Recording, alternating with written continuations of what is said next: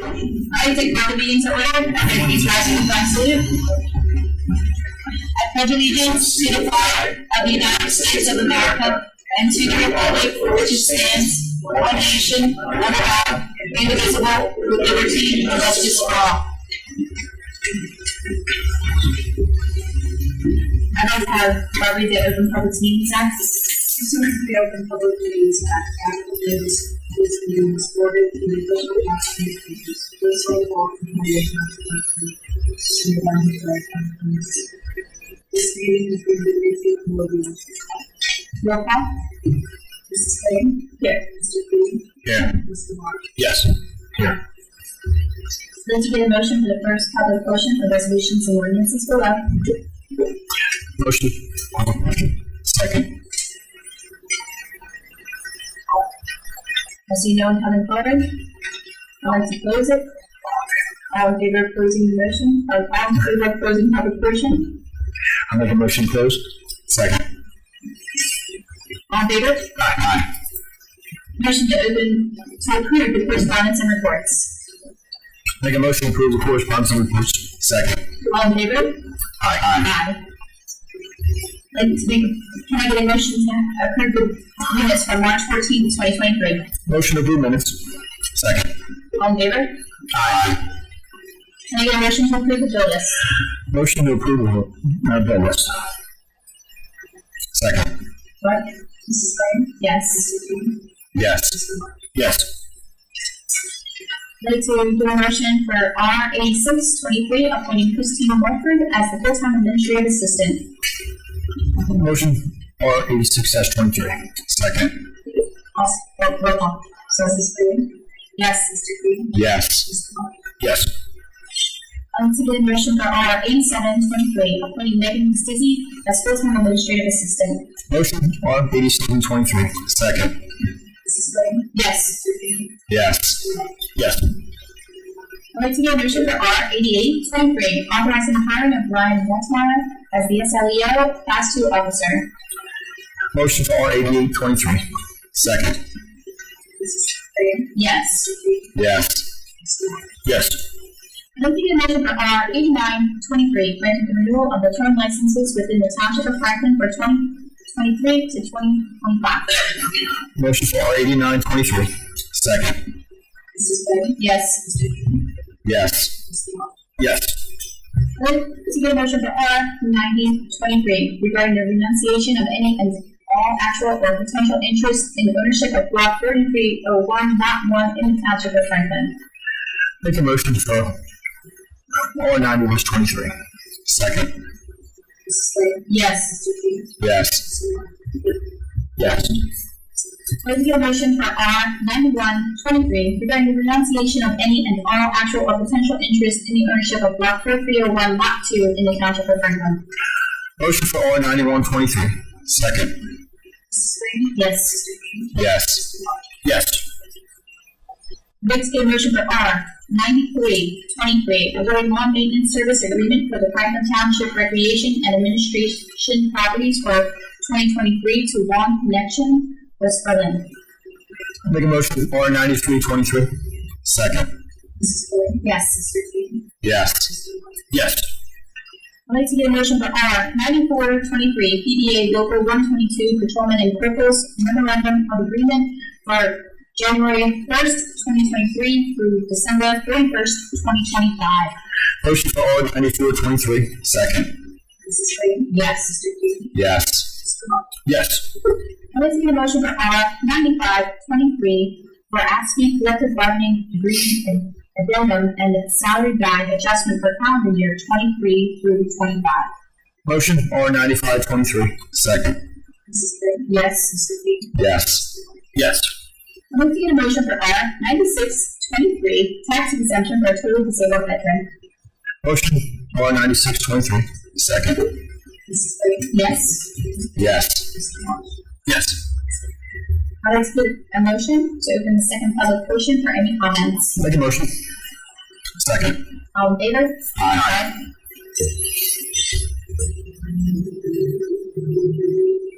Seeing no one come forward, No?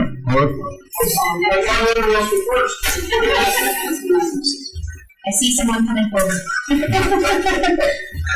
Marshall, 67 Road, Malaga. Obviously, one of the things I was going to talk about tonight has been removed off the agenda, so I do have a couple of general questions about reference to that, but I have a couple of ones outside of that. One is the minutes from previous meetings. There's about 18 different meetings that have no minutes posted between last year and this year.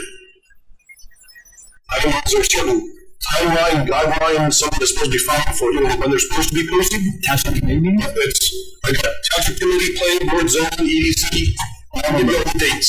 Am I missing? No, different dates. Okay. Most of them from this year, there's a couple of them. Township Committee's the only one that actually has most of this year's on there. Okay, stuff from last year missing. And we have a request for it, shouldn't they have been posted by now? We'll check into it for you. At this time, I was being able to tell you. I understand. I just didn't know if there was a, I didn't, Mr. Ryan said anything to add to this. I mean, there was something when there was a timeline involved. You see,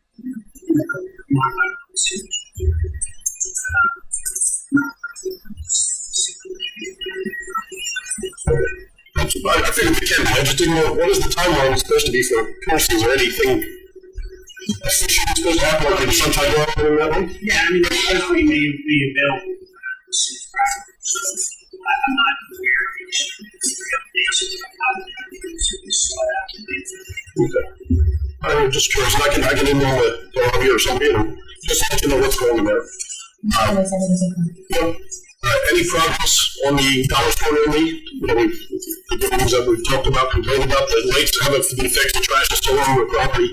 Just wondering what's going on. You have a code enforcement officer out there, we did have a zoning officer, and also we sent them another letter, we are in the process of meeting to give them the same thing on the ground. Okay. Is there anyone, and again, I've done a complete thing about, writing the other reports, before one in lately. Is there anyone that, let's say, somebody does complain, isn't there supposed to be a notification being done to the person who complains if things are in process? Just so I don't have to keep asking. I would usually call the end or something like that. I know you were talking about the detention. So I called from time to time to generally call that out. So the DPW is working on that. The CME drop that detention on is very much a Lacey Gray. It's really involved statement and so I do reach out to him because it's a long process. So we have some type of resolution or something before we look at things. We've gone through the process of notifying them, give them 10 days to correct it, give them another notice, and now they've been sold. Well, please, I'm just curious. I'm sure, what's outside of the fact to be found and. If you make the complaint about the building, I write it down, I get there's no need to be down the file. I appreciate that.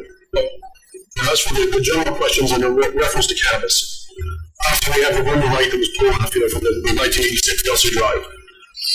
I'm aware of the other part of the 1 Lake Road. I don't know how far that is going on, how far it hasn't.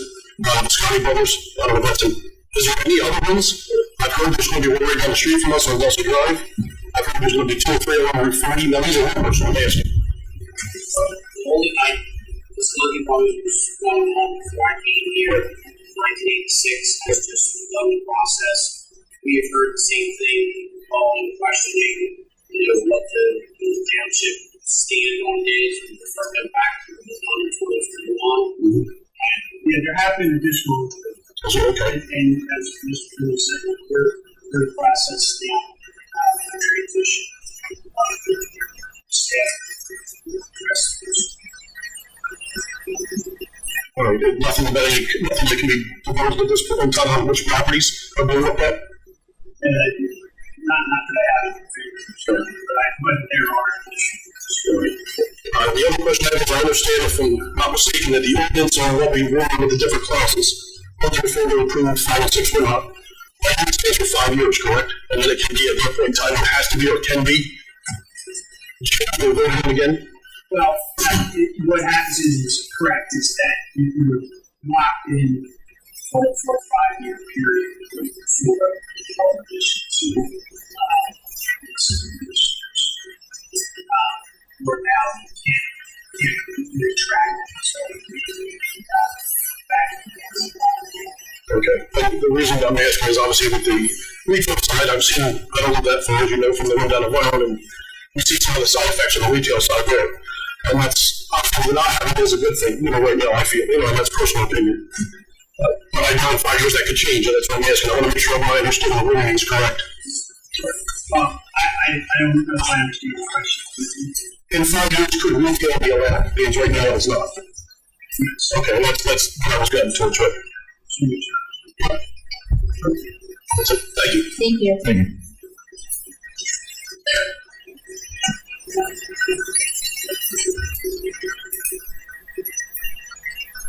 Ken Lee, off that Easy Hill, Harry Kennedy, 1578 Fresno Road. I was watching, enjoying my evening TV of the latest planning board meeting. And one of the resolutions that came out of that planning board was asking the Township Committee to explain to the planning board where the new properties other than Fazland came from, and asking them to examine those properties. And I wondered if that had been communicated officially to you by the planning board, or unofficially, or in any way talked about. First time I'm hearing it. Mr. Rose. Very good. Okay. So you'll make a recommendation one way or the other. The township committee will or will not, or do you have a recommendation, Mr. Lyons? Well, I'll submit it. I'll submit it for review. I've spoken to Fine.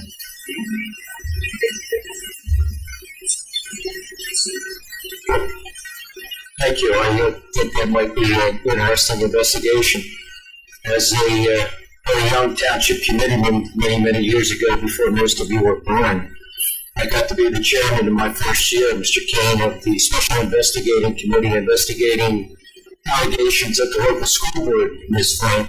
So it's something that a township committee can do, and it might be an exciting adventure to find out exactly how the Rowan property began to be investigated, how we arrived from owning it to not owning it, how we went to a quick claim deed, how the taxes were computed, if that's what we want to call that, payment taxes. I don't know under what basis we call it that, but whatever.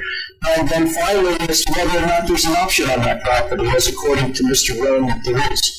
It would be fascinating to see who the owner of that option is and when it was exercised, and that it goes for 2 years is what I've been told.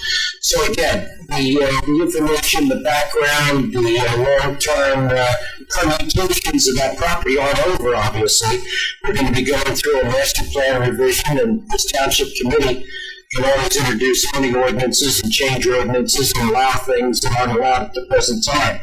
So it's a fascinating process to at least think about how exactly we got there, or was Mr. Rowan directly involved, or was his law firm, or who exactly was doing the negotiation, because it was fascinating to listen to Mr. Rowan discuss it. The other question I had, and again, I don't know that Barbara knows this off the top of her head, but the RFPs that went out for the different requests for professional services that you voted on at the reorganization meeting, there was one that was somewhat different than previous years, and that was the request for proposals that involved the project engineer / zoning board solicitor. I wondered if that was the first time that RFP had ever been sent out in that form that you know of. The question was the RFP for a special project engineer / zoning solicitor. So, not zoning solicitor, Mike wouldn't like that. Zoning engineer. Okay, you count off the top of your head, you don't recall though. In my many years in government, and certainly I was the mayor and I'm the chairman of the planning board, I don't recall it being set out that way. And I know that you did hire a new firm, and I remember the mayor saying it was the purview of the zoning board. But the mayor very rarely makes mistakes, made a slight mistake on that one. You voted on it first. You hired them as your special project engineer at your reorganization meeting. And I was just wondering if anybody here had any previous dealings with that engineering firm in any form whatsoever before they were hired. I would like to see your staff as well as members of the Township Committee. Anybody have any previous dealings with that engineering firm? You mean, refresh my memory?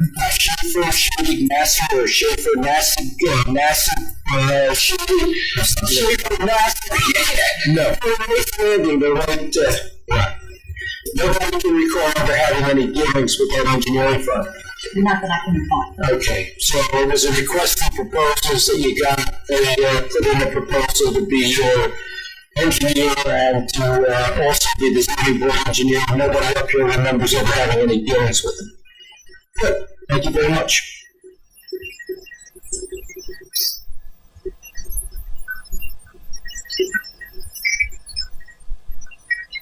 Good evening, Nancy Kennedy, 711 St. George Street. I had occasion to tune into the zoning board meeting, and I found it especially interesting because there was a vote that was taken at the meeting that I viewed that pertained to the property across the street from where I grew up, which is where my parents still live. And the Wachowski family has owned that property for a long time, and for a long time have been interested in allowing solar panels to be placed on that property. Now, interestingly, it's my understanding that Committeeman Doyle farms that property and has a somewhat vested interest in maintaining that farmland as opposed to land that's used for sewer. And the reason that I find it notable, and I would ask the committee to look into it and to ask questions whenever you get an opportunity, certainly it doesn't have to be tonight, is because it appeared that one of the zoning board members, maybe even arguably the deciding vote to keep the Wachowskis from being able to do what they want with their land, may be an employee of Committeeman Doyle.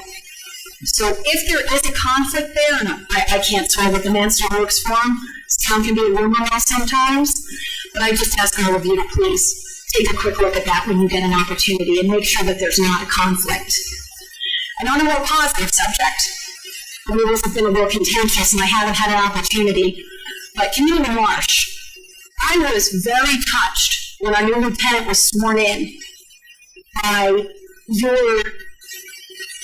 joy, your overwhelming joy at the fact that he had been promoted and at his excitement at having you get to be the one to swear him in.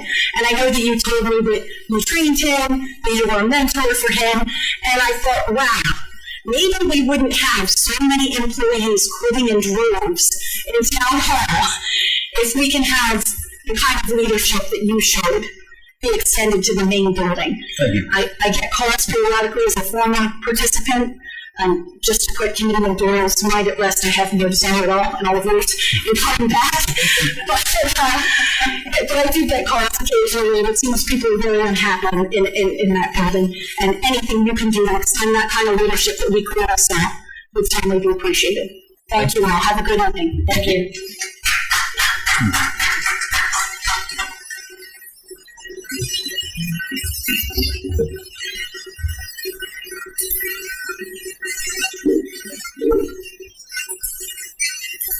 Good evening, Leah Vasello, 560 Dulcie Drive.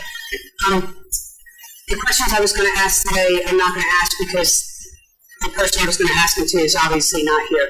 But I am curious, having mentioned the zoning board meeting, which I also saw on YouTube. I'm curious, is Sheila going back up on regular television? Okay. My question is, how do the three of you feel about the investigation that the planning board is asking the township committee to make? I just to clarify, I'm not sure that's exactly the correspondence. I understand what I saw. It looked like there was a motion by Jim Kelly at the planning board level to basically investigate where the referral of the properties for the redevelopment zone came from. And the motion was seconded, and the entire planning board voted unanimously to do that. And I'm curious what the three of you feel about it. I think the way it's worded from Mr. Burrell, basically, was that if there are future fireworks,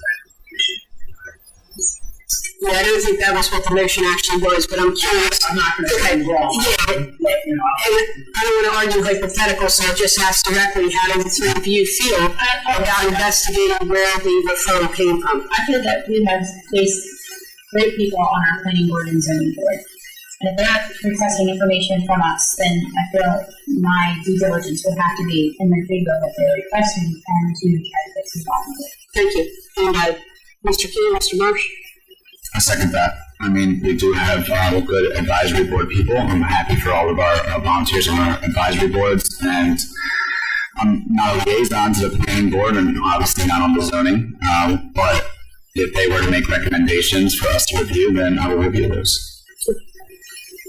So the head nodding is the same. I agree. But it's good to hear, because the three of you are a majority on the township committee, and I think everyone wants to know exactly the backstory to how those properties came to be considered for redevelopment zone that turned out to be a little bit of a mess on the ground, but I appreciate that. Thank you.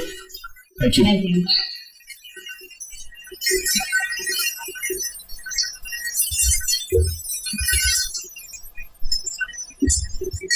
Good evening, Chris Sears, 184 Malibu Lake Boulevard.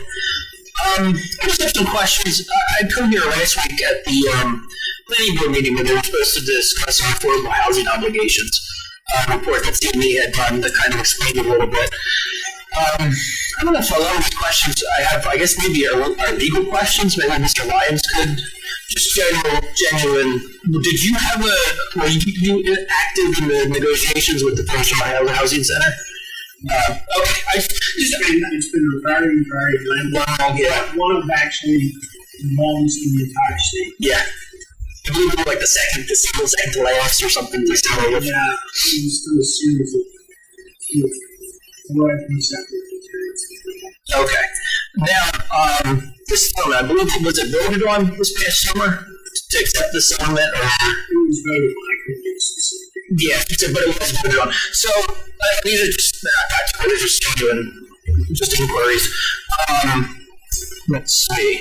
So, a lot of times when they see the township settle with like the Fairfield Housing Center, it's so that they can prevent buildings remedy lawsuits, which are basically come to the community and sue the town, saying that they're practicing exclusionary zoning, and they sue the township.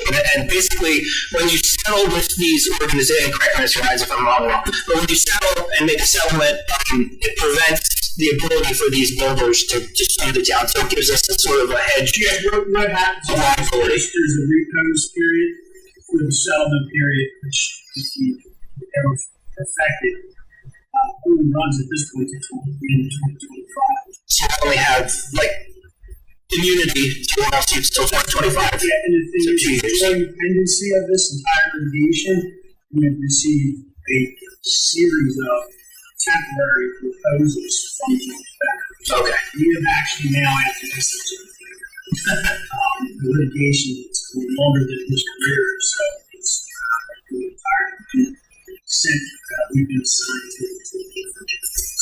So after 2 years, after like, look, I mean, we're supposed to build 657 units of affordable housing from basically that were supposed to have been built from 1999 to 2025. And obviously, I don't think anybody thinks that we're going to build 657. Yeah, I don't know if the term supposed to build, but there's a calculation of the large towns, some of the large towns, wealthy towns, mitigated calculus as to how the first, second, third round units were calculated. Yeah. They spent a lot of money doing that. It was not a favorable outcome. Is that formula public? Like, is there like a formula where X plus Y equals? The Parchment opinion would be available, certainly. The thing is that what as you described, the builders' remedy suits take, as long as they propose, which they always do, inclusionary housing, they go wherever they go. There's absolutely there's very little or no input from the municipality. So the other two issues we dealt with is the duration of adjustment, recognizing the current just impracticability and complete almost impossibility without yet to build any kind of large scale development. So the builders remedy lawsuit for about anything that's more than 5 units to seek that Okay, so we have 2 years of immunity, basically. Some 7, I guess. Yeah, if there's the completion of all our obligations and we do everything we need to do, the immunity of this round extends as well. And so is there anything that our officials can do or that people can advocate for to change any of the agreements in the settlement, or now that it's statutorily agreed to, there's nothing that we could do without obviously like subverting the settlement and then it's null and void, or legally is there I believe the committee has to vote on certain aspects and the planning board is going to vote on certain. If they choose not to, what is the legal ramifications of that? The ramification to that would be pretty straightforward.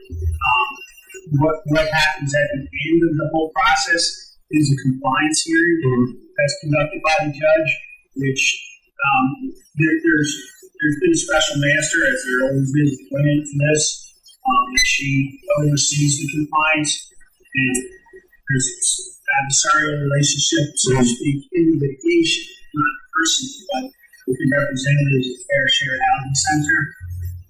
The original demand, for lack of a better term, from them was closer to 1,000 units. Yeah. And we negotiated down to 657. We negotiated, but we also did a lot of work. My predecessors did a lot of work. There were can't get specifics, but there were allowances or recognition of units already existing.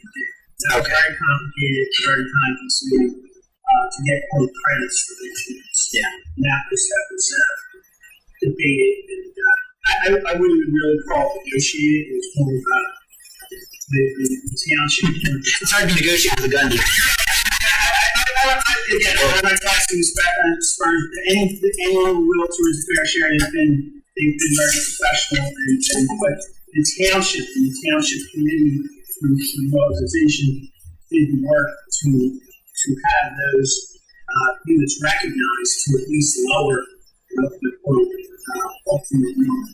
Okay. And can I just ask you one question, and then I promise I'll be really brief if that's okay. I know my time is up. I appreciate it. So, I'm finished. No, I apologize. The ultimate, but to answer your question, if there's not compliance, if the items, the closed out items don't occur for whatever reason, then what occurs is lifting of our temporary covers. Okay. So we lose that immunity. We would lose that immunity for the remainder of the round, which is subject to again completely remedies. Okay, I appreciate that. Thank you so much. I thought when you stopped for the answers. And apparently, I don't know if this reminds me of this or not, there are 13 municipalities that are suing Governor Murphy. I don't think it's for political reasons necessarily. Basically, for what I understand, legally, COPE still exists. I know the courts have called it defunct and more abundant. Governor Christina did not give anybody to it. Yeah. So, but they're suing Governor Murphy to force him, because apparently he's still required to assign people to the COPE board. These 13 municipalities are trying to get the court system to some extent, because the court system's overburdened by all these affordable housing, because every municipality has to go through the courts to do it. So it's overburdening the court system. It's a very clunky way. It seems like let me address that. Yeah. It's important. First of all, yes, there's 13 of them at the last count municipalities making that change. But the core of the challenge is not that we shouldn't have this obligation. No, it's to streamline the process. It's addressed through a court instead of the Superior Court. I will say that based on our timing, we didn't run into that situation that other towns ran into. They ran into a situation where you would go in on Friday and there would be three municipalities with affordable housing matters before the court. We miss that. We get full attention. Absolutely. And Judge Becker was very instrumental in moving it forward, was always available to be the priority of our case, but also when we had difficulties, not difficulties, but when we were in that lengthy process of units, as long as we represented, we could show we were making an earnest effort. That's how we got 7 years into a 10-year proposed period without a resolution. It wasn't a lack of action. It was the complexity of our municipality and issues. So we didn't run into that problem. We didn't run into being one of 20 or 30 municipalities in the county in some cases. Yeah. And I think even the lawsuit, it's not asking them to change agreements from 99 to 2025. It's for the future. So it's the future requirements that it's going to cause. So as I was saying, so we're trying to sue Governor Murphy to reestablish the color board so that you don't have to pay for the court system and all the legal fees. And I believe you have to pay the attorneys of the First Year Housing Center $30,000 in order for their lawyer attorneys' fees to negotiate their case against us. We have to pay them $30,000 in order to. Well, yeah, I mean, I think every settlement the numbers vary from time to time. I think that was in the settlement. There's also, I remember correctly. Also, of course, you get the fees that occur on special. Yeah, it is a complex arrangement, but I don't want anyone to think that ours was interfered with by a lack of expertise or depth. Yeah, it's the opposite. It seems like, we're kind of at the mercy of the courts, and to a certain extent, we're always going to be at the mercy to the courts.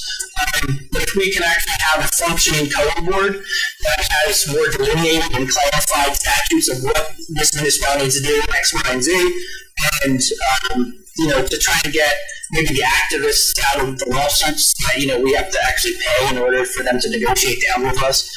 But anyway, so they're trying to sue Governor Murphy to require him to restart this board. And I think it might be something to at least look into to kind of get some clarity in the situation. So we're not paying attorneys' fees, paying both sides of the argument to negotiate.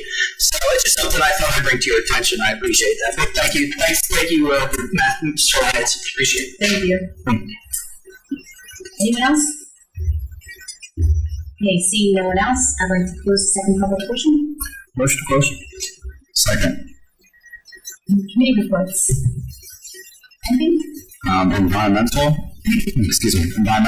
last night, so we had a quorum, but we had no applications to review from zoning at the meeting, so there was no applications to review from behalf of the Environmental Committee. We did have a semi-lengthy discussion from the public portion. We had an individual recommend that we would, from the Environmental Commission, to review certain lands that are up for land sales to see if they would be qualified for any specific green acres and if they had any endangered species and so on and so forth, in order to preserve and just take another extra look at our land sale list before it goes out. So that was heard by the Environmental Commission, and they are going to consider that.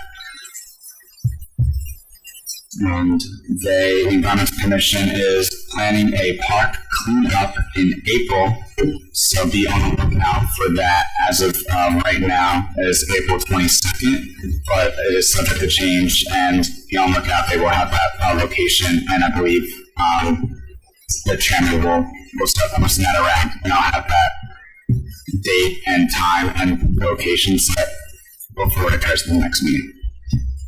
Thank you. I guess the Recreation Committee is still actively and aggressively working on the golf tournament for the end of April. Each day current this Saturday, weather permitting. Yes, right out in the middle of the field. I like it different. Even I can find them. But that's basically what I have for that. What did you, Assessor, did you need to say anything tonight? If you want to, you don't have to. I just didn't want to acknowledge you. Sure. So the police department has accepted 2 grants, one from the Atlantic County Prosecutor's Office and one from the Gloucester County Prosecutor's Office for DWI enforcement in Atlantic County. That starts April 1st, so we'll be out there enforcing DWI enforcement. And one for distracted driving in Gloucester County. That's a month-long program that runs from April 1st to April 30th. So officers will be out there stopping for obviously distracted driving, such as cell phones and stuff like that, texting while driving. And that is one other thing. We announced our Police Youth Week after a 3-year hiatus due to COVID is back. That's our Youth Police Academy. That'll be June 19th to June 23rd. The application process is open right now. That's our most exciting and biggest community policing event throughout the year, and that is open to current 5th and 6th grade students in Franklin Township. And that is all I have. Thank you. Thank you. All right, I just want to take a moment and wish everybody a very happy Easter and enjoy the time with your families. As you all know, time goes very quickly. With that being said, I'd like to adjourn the meeting. Can I have a motion? Motion to adjourn. Second. Thank you. Thank everybody for coming out and have a safe drive home.